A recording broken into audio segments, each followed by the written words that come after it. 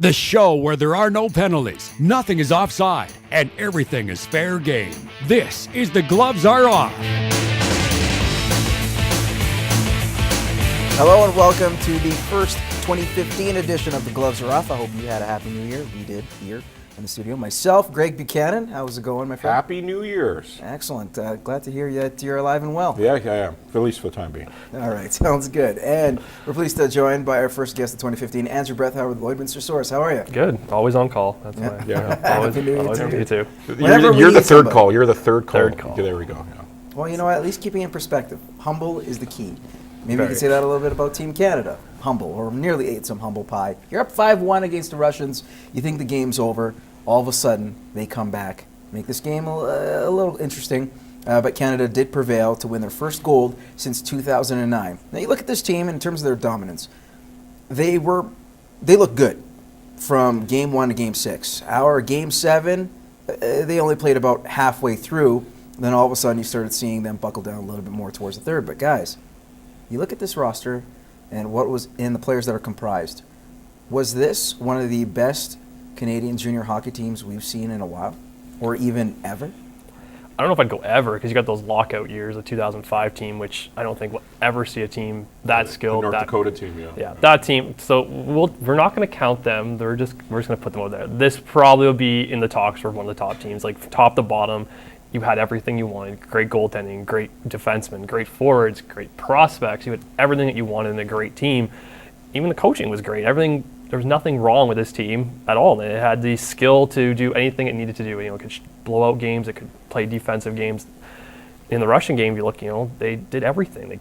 They got up really big and they settled back down and played defense. And that's where, Darnell Nurse takes home the MVP of the game because of his defensive play, and not because he's lighting up the scoreboard. So. Yeah, I think more than anything, what really impressed me is the way the team came together, because you have so many stars from so many different leagues that, a lot of egos, and everybody put them in check and came together as a team. And to put a team together that quickly for that important of games and that big of a spotlight, because all of a sudden if things don't go well for you, as much as that spotlight really helps you every night, it can really turn on you in a hurry, and that pressure of winning at home can be intense. So it was good to see right from the start that they played well, and they just kept on getting better and better as the tournament went on. Yeah, they had a bit of a scare against Russia. Russia's a good hockey team. I think this year what happened, the Swedes weren't as strong as everybody thought they were going to be. Here's the thing. The Finns were also the defending champions, and the Americans. They look surprising. The Americans, of course, got upset, or you would say upset, but the Russians were that good. But I want to get to this. Was Canada the actual best team? I will say Sweden was the best team. They were given an unfortunate draw. Because if you look at the teams they had to face, if Canada had to face a team like Finland right off the hop, a team like Russia right after that, and then face another perennial team for the gold medal, I think the story would be a little bit different for Canada. Would you guys not agree? Or would we still see Canada winning the gold medal? Well, we're going to see it next year, because they're going to move into that pool with the Swedes, and they're going to move in that pool with the Americans. It's going to be a tough pool for them to come out of. So that'll be a big test next year in Finland, and Finland's going to have a hard time possibly even getting to the championship, because they're going to have to play to get into the championship which they host, which will be interesting. The only thing, I don't want to be, I'm a negative guy, okay? I get it. But the thing that kind of irked me at the end, and I'm happy Canada won. I'm a Canadian. I love it. Is the way that TSN came out, and TSN has a habit of really blowing their own horn and blowing the Canadian horn and banging the drum. Good for them. But to say it's one of the best gold medal finals ever, if Russia scores 2 goals in that third period, would they be saying that same thing? But because Canada won, we're all beating the drum, way to go Canada. But if it turns the other way, is it the greatest gold medal final ever? I don't think so. Hey, you know what? It just turned out the way TSN because they wanted had to it come. Yeah, they had to come back in 2011 and nearly completed it. Unfortunately, they were on the wrong side of that. It's a comeback story. I do want to say this. I want to get to both Connor McDavid and Jack Eichel. I think both kids performed well. It's safe to say that McDavid performed a little bit better in terms of the points he put up, and of course the team he had surrounding him and going that far into winning gold. But out of those two guys, do you see them both having improved their draft stock, or do you see McDavid being the clear-cut winner? don't think you can't improve when you're 1-2. I think they've solidified that they are 1-2, and that's how it's going to go. And it's going to be McDavid and Eichel. There's really no doubt, I think, and that's how it's going to play out. It's the way McDavid played in those games. It's just, he elevated himself to that next level, playing against guys who are 2 years older than he is. So it really hurt Eichel, I think, for not having the Americans go on, and having those 2-3 games he missed because of getting knocked out early probably hurt his draft status in the sense that he's not going to be any more considered than that number one. He's not an elite. It's No, not like we're a playing for 1-1A. You're losing for McDavid now. You're not losing for McDavid or Eichel. You're losing for McDavid. That's what you're doing for the first place. And I think for the hockey fans out there, they got to see Connor McDavid. They hear all about him, but this time they got to actually meet the kid and get introduced to the kid. And he seems like a kid that is very low-key, very business-like, and he also, you almost get a feeling that he doesn't like the spotlight as much as we like to throw it at him. And what kid would want that kind of spotlight? And got questioned right off the start that you struggled in that first game. You won the game, but you didn't get a point. And he's like, well, we won the game. What's the difference? So I like to see this kid going forward, develop more as a man, and he will. And he's got such an incredible skill set that if he doesn't go number one, whoever's picking number one, Edmonton Oilers, you're stupid not to take this kid. As much as they don't need another skilled forward, you can't pass up on this kid. He's a generational type of player. Yeah. Let's move on to the Toronto Maple Leafs. Big news today. Randy Carlyle, given the axe, no longer the Leafs head coach. They kind of given the job, split it between the assistant coaches for the time being until they can find a replacement. Most likely not till summer.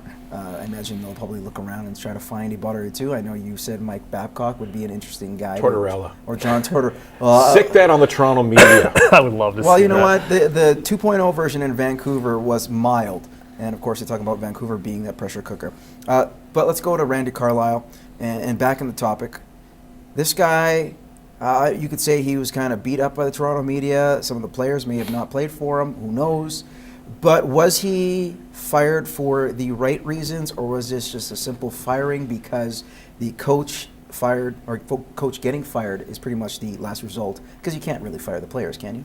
Oh, you wish you could. You wish you could in Toronto. I guess every coach that comes into Toronto kind of has that. You get fired for the reason the players didn't play, or it's because it's Toronto media and we hype that up so much that the coaches really never get a fair shake. But I think now they're starting to realize it's the third coach now we've come through and we're still not winning hockey games. And when you look at the fancy stats and you're looking at your puck possession's worse than the Oilers' puck possession, you're allowing 40, 50 shots a game. Yet you have one of the better goalies in the league. Bernie's actually an underrated goalie, and you're lucky to be where you are. James Reimer wasn't that bad, but you have a goalie facing 40 plus shots, like you mentioned, Andrew. Good luck trying to win those games because that's too much on one guy to handle.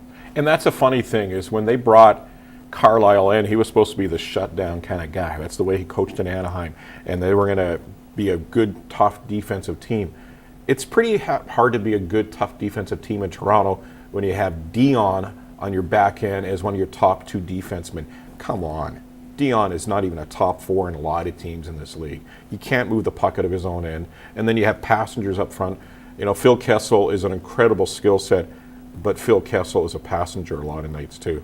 There's so many problems in that dressing room, so many problems in that organization that getting rid of Randy is just one of many things. What do you make of the report, speaking of Phil Kessel, what do you make of the comments mentioned to him by the Toronto media about him being a coach killer? Yeah, it's the media. And the media likes to stir the pot. They know Phil doesn't like doing interviews. Phil, talking to Clark MacArthur, who's good friends with him, Phil hates the media. And they know to stir his pot. They know what questions to ask. You know what buttons to push. Who's kidding who? We're all kind of media guys here. You know what questions you can ask a player that he's not going to answer very well. And they did that to Phil today. It's the best time we've ever seen Phil Kessel play defense. I'll say that. Never seen a guy, and you want to see that at a Phil Kessel and get angry, but hopefully it lights something under him and makes him, because he is an off-again, on-again player. He's never that elite. He is an elite player, but he's not an elite player. And when you can say that about a Phil Kessel, that's a problem. And when he's the star of the Toronto Maple Leafs, that's an even bigger problem for your team. When you're a top player, you're the guy who's scored as many goals as Stamkos and Ovechkin, and in that category is an on-again, off-again player. Phil's one of those kind of guys who just does enough to be there. He does enough to be there with the Maple Leafs. If he takes it to that next level, he's an elite player. Like, he's one of the top 5 forwards in hockey if he puts his mind to it and puts his body to it. All right, guys, we're going to take a commercial break. When we return, we're going to go to football and talk about the NFL playoffs. So what a wild card weekend.